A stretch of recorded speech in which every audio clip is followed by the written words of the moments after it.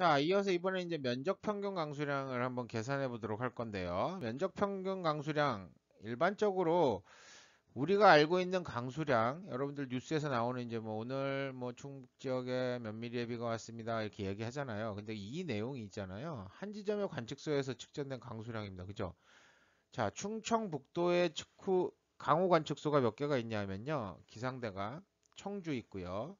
그다음에 충주 있고 제천 있고 보은 있고 영동 있습니다. 추풍령에 있어요. 그래서 5군데가 존재를 합니다. 점강우죠. 그래서 이 5점에 의해서 우리가 충청북도나 이런 것 이제 거기에 전체 강우를 우리가 거꾸로 계산해야 되는 상황들이 발생합니다. 그래서 지역으로 하면 그냥 면적을 곱해준다. 문제는 평야지대 같은 데처럼 이렇게 비 오는 게 일정해 갖고요. 이렇게 된다 그러면 그냥 곱하기 면적을 해주면 아주 깔끔하게 우리가 강수량이든 뭐 강우량이든 계산을 할 수가 있게 됩니다만 실제로는 그렇지가 않죠. 뭐 여러분들도 겪어보셨는지 모르겠지만 어, 충북대 후문 쪽 병원 있는 쪽에서는 비가 오는데 정문 쪽에서는 비가 오지 않는 경우도 있고요. 이렇게 좁은 데서도 또 뭐 더 좁은 거 얘기해 볼까요? 제가 예전에 그 지리산 출장을 갔다가 돌아오는 길에 네, 휴게소에 들렀는데 고속도로 휴게소에 네, 주차한 곳엔 비가 오고요. 내가 주차한 곳에서 옆으로 한 10걸음만 걸어가면 비가 오지 않았었습니다. 그러니까 그 휴게소 쪽으로 주차장에서 휴게소 사이에는 비가 오지 않았어요. 휴게소 쪽은 비가 안 오고 주차장엔 비가 오고 이런 상황도 발생을 합니다. 자, 그러다 보니까 정확하게 이제 그 유역을 설명을 하기 위해서는 우리가 이제 점 강수량이 아닌 면 강수량이 필요하게 되죠. 그래서 수문 분석이라든가 수자원 계획 등에 필요한 자료를 만들기 위해서 우리가 유역 평균 강수량이 필요하게 됩니다. 결국은 면적 평균 강수량이라고 생각하시면 돼요. 어떤 특정 면적에 대해서 우리가 점 강우가 있으면 이걸 대표하는 게 아니에요. 자, 중간에 만약에 이렇게 산이 있다라든가 이래서 비가 오는 방향이 이렇게 간다 그래도 네, 이쪽엔 비가 많이 오게 되고요. 반대쪽은 비가 적게 옵니다. 그래서 이런 것들을 따졌을 때 여기에 맞추기 위해서 우리가 다양한 방법들을 하게 됩니다. 그래서 이런 면적 평균 강수량 계산을 위해서는 점 강수량을 포인트 레인폴을 에어리얼 레인폴로 바꾸는 부분들을 생각을 해봐야 되는데요. 보통 이런 점 강수량을 면적 강수량으로 변환하는 방법으로 다음에 3가지가 가장 많이 사용이 됩니다. 보통 산술평균법, 그다음에 TSM법. 우리 TSM법은 TSM법, 뭐 T센 다각형법, T센망 뭐 이런 식으로 이야기를 하는데요. T센법입니다. TSM법. 그다음에 이제 등우선법이 있습니다. 등우선법은 여러분들 아마 그 일기예보를 보시거나 아니면 우리 이제 지형도 같은 데 보시면 등고선이라고 그러죠. 높이가 같은 라인을 연결해 준 거죠. 이거는 강우량이 같은 라인을 연결해 준 게 등우선이 됩니다. 그래서 이런 것들을 이용을 해서 우리가 진행을 할 수가 있겠죠. 자, 그럼 이제 하나하나 알아보도록 할게요. 산술평균법입니다. 우리가 이제 평균 강수량 산정을 위한 가장 간단한 방법입니다. 그래서 여러분들 바둑판처럼 이렇게 이제 지형의 평지에서 일정 간격으로 강우 관측소가 존재를 한다. 뭐 아니면 AWS 자동기상관장치가 존재를 한다 그러면 그냥 다 더해서 나눠주면 끝납니다. n분의 1 하면 딱 돼요. 그래서 보통 유역 내 관측점이 지정 강우량을 산술평균에서 산정한다고 얘기를 하고요. 평야지대에 유리합니다. 강우 분포가 이렇게 균일하게 됐다 그러면 네, 굉장히 그 잘 설명을 할 수 있는 형태이기도 합니다. 그래서 우리가 이제 식을 보면은 평균 강우량은 유역 평균 강우량은 이제 관측섬의 총 수죠. 지금 여기서 아마 한번 해볼까요? 그러면 이제 뭐 하나, 둘, 셋, 넷, 다섯, 여섯, 일곱, 여덟, 12개죠. 여기 12개 들어갈 테고요. 위에 이제 첫 번째 강우량 혹은 강수량, 뭐 강우량, 강수량 이런 식으로 쭉 정리를 해서 나눠주면 되죠. 요거 이제 식으로 표현하면은 지금 이런 형태가 되는 거죠. n분의 1 시그마 i는 1서부터 n까지 pi 강수량 혹은 뭐 강우량의 합입니다. 이렇게 계산을 하면 산술 평균이 됩니다. 자, 다음 이제 TSM법입니다. 우량계가 유역 내에 불균등하게 분포되어 있을 때 우리가 많이 사용이 됩니다. 뭐 지금 같은 경우 이제 쉽게 생각해 볼 수 있어요. 충북 지역이 이렇게 있는데요.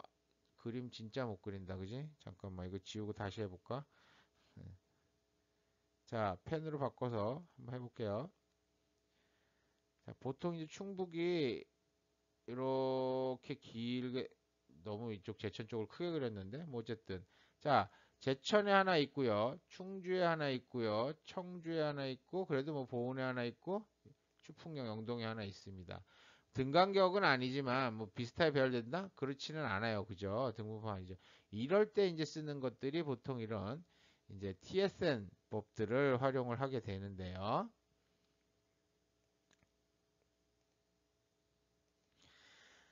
산악 효과는 무시가 됩니다. 그래서 전 유형 면적에 대한 각 관측점의 지배 면적비를 가중인자로 각 우량값에 곱해서 합산을 합니다. 그래서 이게 거리가중 평균이라고 생각하시면 돼요. 그래서 우리가 일단은 이제 그 이런 합산한 후에 전 유형 면적으로 나눠서 우리가 이제 평균을 산정합니다.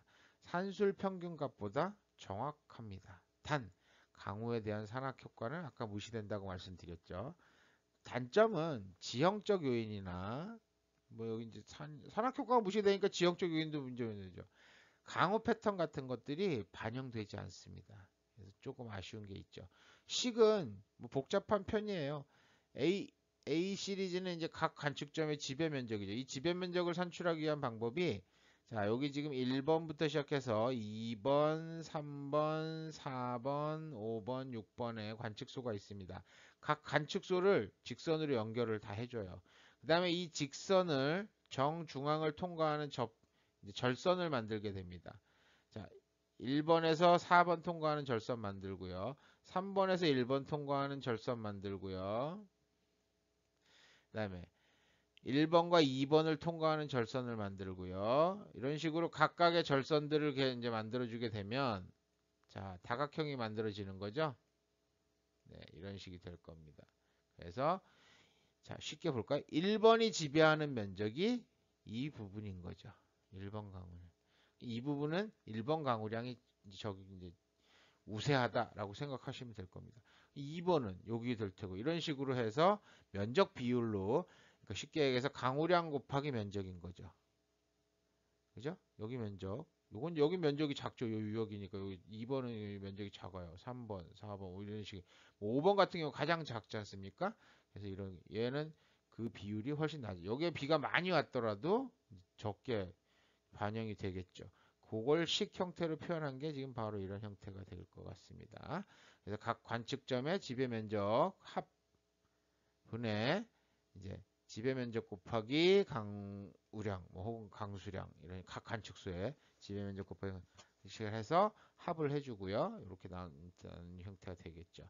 그래서 뭐 요거 식으로 이제 이렇게 풀어서 하면 뭐 시그마 i는 1부터 n까지 지배 면적의 합분의 시그마 i는 1서부터 n까지 ai 면적과 강우량의 곱이 되겠습니다. 그래서 산출을 하면 돼요. 거의 많이 사용을 합니다.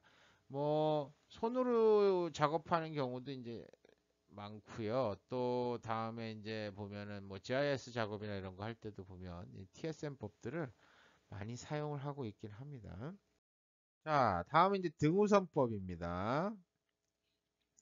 우리가 이제 산악지대에도 활용이 가능하고요. 강우에 대한 산악의 영향이 고려가 됩니다. 그래서 이제 각 관측소별로 이렇게 이제 그 강우량이 측정이 되지 않습니까? 그래서 이 강우량을 고려를 해서 가장 비슷한, 그러니까 뭐랄까 동일한 강우량대를 이렇게 아이소헵탈이죠. 그래서 이제 가중거리 거리 가중 평균을 해서 동일한 대를 라인을 그려요. 등고선처럼 이 라인을 그리고 이 안에는 같은 강우량이 온 게 되는 거죠.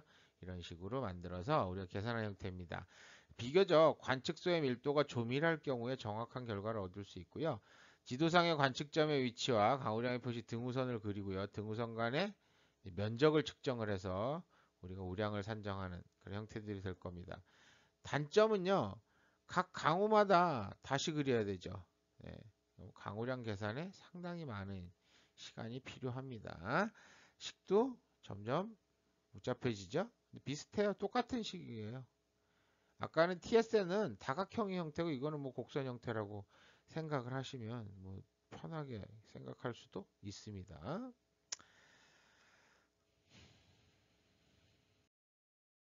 자, 그래서 이제 이런 것들 어떻게 사용되는지 한번 비교를 한번 해봤어요. 그래서 이제 아까 산술 평균 이야기했죠. 가장 간단한 식이었고요. TSM법 산악 효과가 별 적은 지역을 이제 활용할 때 좋습니다. 그다음에 이제 등우선법은 산악 및 대유역 같은 경우에 활용이 잘 돼요. 그래서 보통 봤을 때 산술 평균은 약 500제곱킬로미터 이하의 지역에서 많이 활용하게 되고요. TSM법은 500에서 5,000제곱킬로미터 사이의 면적을 가지는 지역 중에서 산악 효과가 적은 지역들을 대상으로 진행이 됩니다. 뭐 이 면적의 범위에 포함된다 그래서 강원도 같은 데서 이 TSM법을 쓰는 것도 그렇게 적절하지는 않은 편이라고 생각이 돼요. 오히려 충남이나 뭐 전라도 같이 이렇게 평야지대가 많은 지역에서라면은 범위 내에 든다 그러면 TSM법을 사용하는 것도 나쁘지 않다라고 말씀을 드리고 싶고요. 자, 그다음에 이제 등우선법 같은 경우는 이제 뭐 산악 및 대유역 다 복잡한 지형에 대해서 표현을 하게 되는데요. 이제 아까 얘기했죠. 시간이 오래 걸리는데 그래서 이제 뭐 그래서 기상청도 슈퍼컴퓨터를 가지고 있지 않습니까? 여러분들이 이제 그래서 5천 제곱킬로미터 이상인 대유역입니다. 그래서 이제 대한민국 뭐 아니면 도 단위 이런 식으로 들어갈 때는 TSM법보다는 등우선법이 훨씬 잘 설명을 한다라고 생각을 하시면 될 거예요. 자, 그럼 이제 이런 것들을 하기 위해서 이제 강의 자료들을 모으지 않습니까? 앞에서 이제 시간이 오래됐죠. 2주 전에 여러분들이 아마 이제 수업할 때 이제 강우량계라든가 이런 장비들을 이용해서 이제 강수나 이런 것들을 강우를 측정하는 것들을 봤는데요. 자, 이게 중간에 갑작스럽게 뭐 배터리가 떨어진다라든가 뭐 벼락을 맞아갖고 일부 타버렸다라든가 그래서 돌발적인 고장으로 강수를 측정하지 못할 때가 있습니다. 저희도 그 산림공학 실험실에서도 지금 뭐 90몇 년도부터 시작했으니까 한 30년 정도 아마 데이터를 지금 이제 수집을 하고 있어요. 연풍이라든가 아니면 여기 미동산 수목원 내에서 미동산 수목원 내에서는 2000년대부터 아마 시작한 걸로 알고 있는데요. 자, 데이터를 얻는데 1년 365일 끊임없이 완벽하게 얻은 데이터가 딱 1년밖에 없습니다. 다른 구간에는 뭐 얼음이 얼어서 수위계가 얼어붙어서 안 된다든가 뭐 이제 배터리가 문제가 있다라든가 기계가 망가졌다라든가 벼락을 맞았다라든가 뭐 수해 피해 때문에 댐에 토사가 가득 차 버려 갖고 수위 계측을 못하는 상황이 발생할 때도 있었고요. 다양한 형태들이 이제 발생을 해요. 그래서 이럴 때는 우리가 그 데이터를 일부 복원을 할 수가 있습니다. 그래서 여러 가지 방법들은 있어요. 그런데 이제 여기서는 평균 강수량 비율법이라는 것을 이용을 하고 있네요. 자, 예를 들어서 X 관측소에서 한 달 동안 기록이 없었어요. 그러면 유역의 월 강우량을 계산해서 대치를 하는 형태들이 될 겁니다. 그래서 이제 뭐 지난번에도 아마 강우 수위 그래프 보셨죠? 그래서 자, 수위가 이렇게 이제 뭐 오고 안 오고 따라서 1년 365 이런 식으로 그려지는데 거기에 맞춰서 이제 비들이 왔겠죠? 그 비의 이제 양입니다. 근데 그때 비가 오는 게 뭐 이렇게 이제 왔을 것이다. 뭐 우리가 이제 이렇게 설계를 합니다만 실제로 이제 이거를 하는 게 아니라 그냥 총괄 값입니다. 한 달치 뭐 월 강우량을 계산해서 그냥 그 부분을 대치를 하는 거죠. 그래서 그 부분을 우리가 이제 만약에 뭐 C단이라든가 1단이라든가 이런 식으로 쪼개서 우리가 뭔가를 평가할 수는 분석하는 건 안 되고요. 전체적인 강수량을 산정할 때 그 부분을 보정하는 형태들이라고 생각하시면 될 겁니다. 그래서 우리가 이제 결측지 PX는 X 관측소의 월평균 강수량과 다른 관측소의 월평균 강수량의 비율로 계산을 하기도 합니다. 그래서 지금 식 보시면 이런 형태가 되겠죠. px 결측지 px는 n분의 1 그다음에 p1 오버바가 뭐였죠? 다른 관측소죠. 그래서 관측소 개수가 여러 개 있으면 이제 이런 식이 돼요. p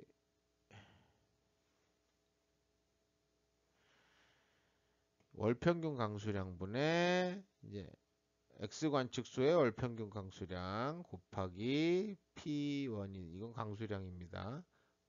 월 평균 강수량이 아니고 강수량이죠. 이렇게 계산을 해서 나중에 이제 전체를 n으로 나눠주는 거죠. 이렇게 하면은 이제 우리가 원하는 결측지 값을 구할 수는 있다라고 생각을 합니다. 뭐 이외에도 다른 방법들도 있기는 합니다. 자, 이번에는 강수의 수질 한번 볼게요. 하늘에서 내리는 비의 수질을 얘기를 합니다. 그래서 하늘에 내리는 비가 산성이냐 알칼리냐 대부분 산성입니다.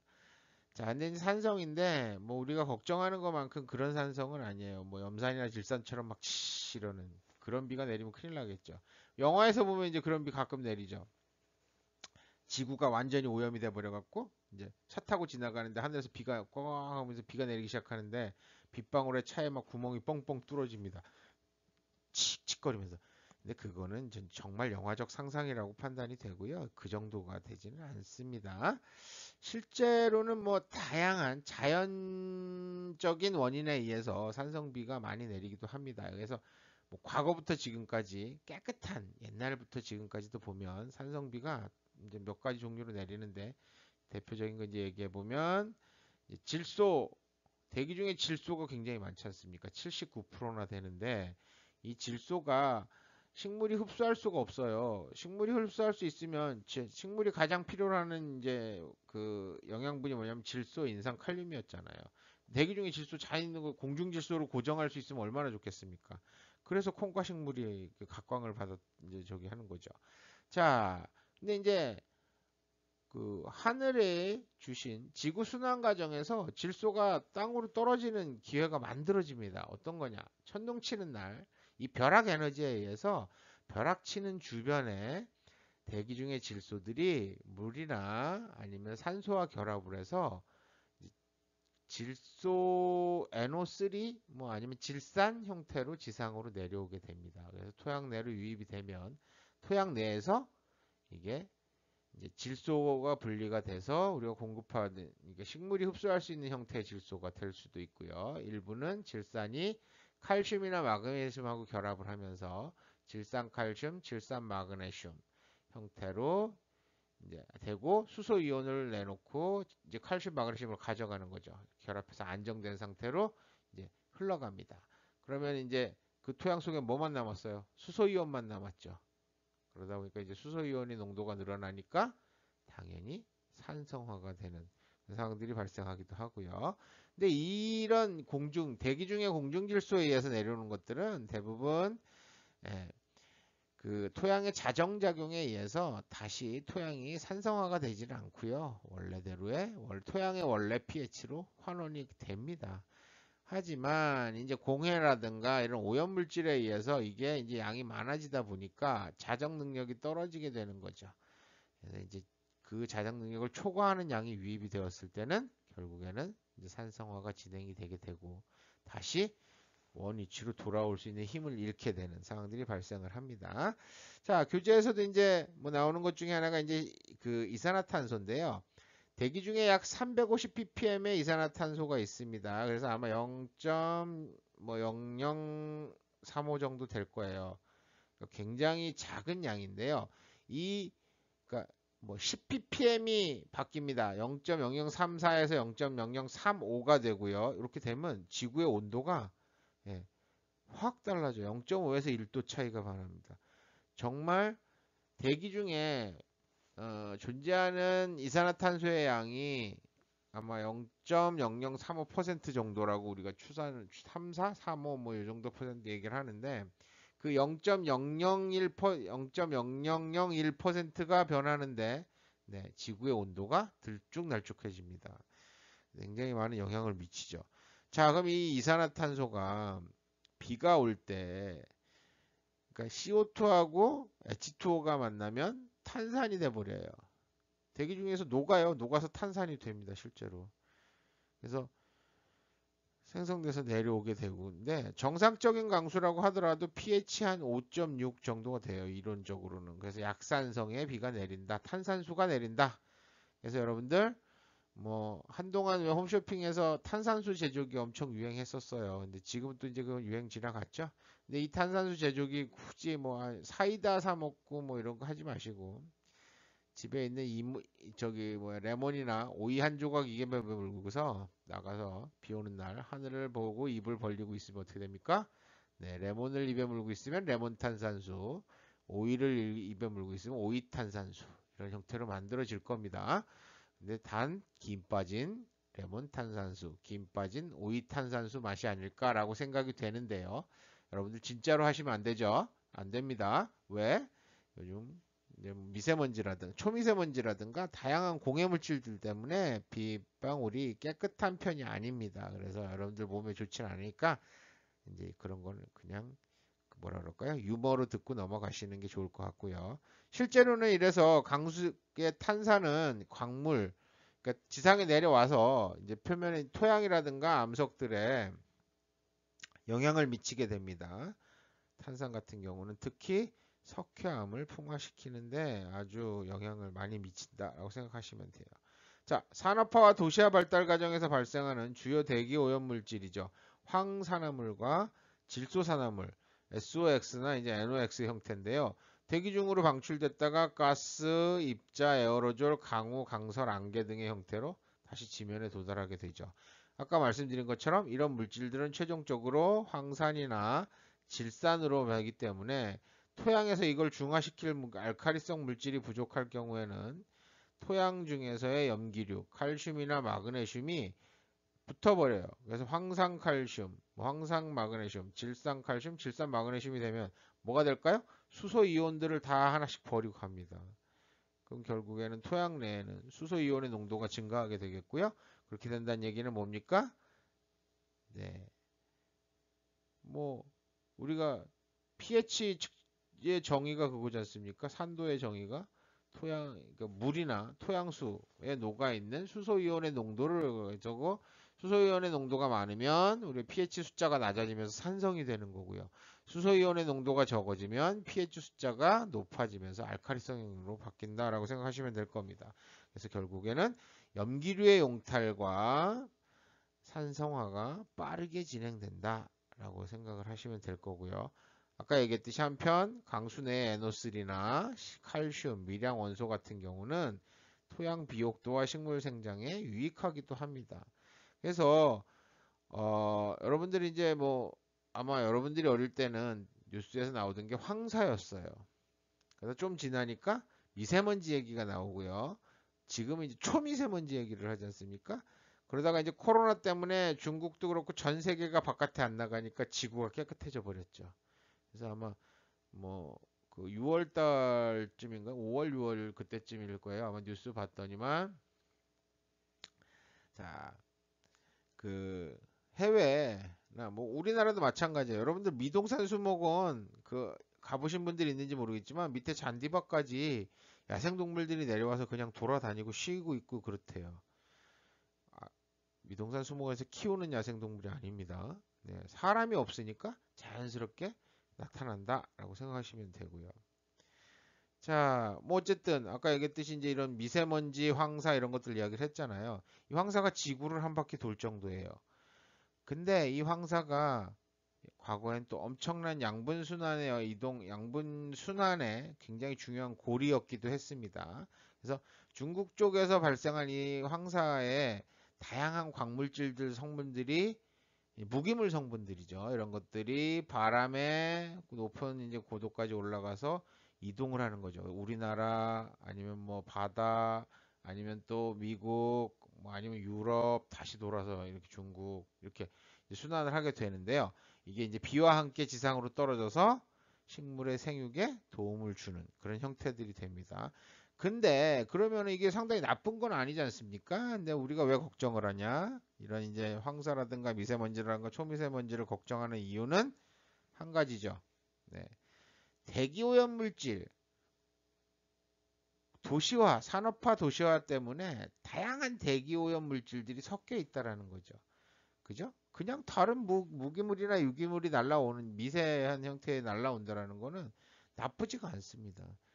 그거는 이제 양분 순환, 지구의 어떤 물질 순환에 있어서의 그 하나의 축이 그런 이제 순환이기 때문에 네, 그게 막힌다 그러면 오히려 문제가 생길 겁니다. 하지만 이제 대기오염 물질들하고 섞여서 같이 날라오는 게 문제가 되지 않나라고 이제 우리가 이야기를 하기도 합니다.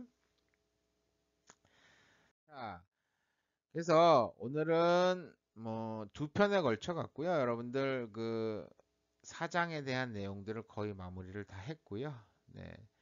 그래서 여러분들 궁금하시면 인터넷에서 아까 월드 레코드 있었죠?